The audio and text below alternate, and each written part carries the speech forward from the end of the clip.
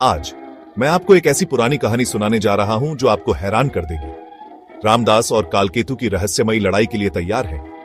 चलो शुरू करते हैं। बहुत समय पहले अवध के एक दूर दराज गांव में रामदास नाम का एक भक्त आदमी रहता था। वो हनुमान जी का परम भक्त था और लोग अक्सर कहते थे रामदास को कोई नुकसान नहीं पहुंचा सकता, क्योंकि हनुमान जी खुद उसकी रक्षा करते हैं। एक दिन खबर फैली कि पास के काली जंगल में अजीबोगरीब घटनाएं हो रही हैं। जो लोग वहां जाते थे वे कभी वापस नहीं आते थे। कुछ लोगों का कहना था कि वहां एक भयानक राक्षस रहता है, जबकि अन्य का मानना था कि वो जगह श्रापित है। गांव के मुखिया ने रामदास के पास जाकर कहा, तुम हनुमान जी के भक्त हो, क्या तुम इस रहस्य का पता लगा सकते हो?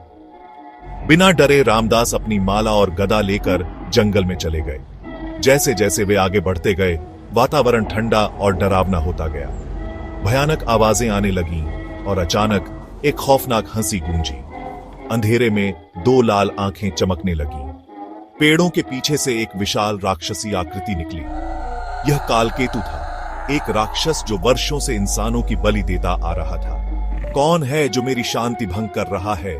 कालकेतु दहाड़ा। रामदास ने निडर होकर उत्तर दिया, मैं रामदास हूं, हनुमान जी का भक्त, मैं तुम्हारा अंत करने आया हूं। कालकेतु खतरनाक तरीके से हंसा, हनुमान, वो तुम्हें मुझसे नहीं बचा सकता।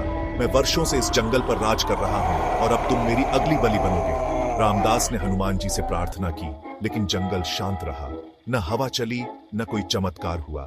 ऐसा लग रहा था जैसे हनुमान जी ने उसकी प्रार्थना नहीं सुनी।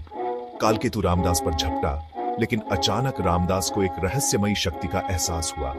उसकी आंखें चमक उठी और उसकी गदा एक दिव्य हथियार में बदल गई। अपनी सारी शक्ति लगाकर रामदास ने अपनी गदा घुमाई और दहाड़ा, जय हनुमान। जैसे ही गदा कालकेतु के सिर पर लगी, एक जोरदार धमाका हुआ।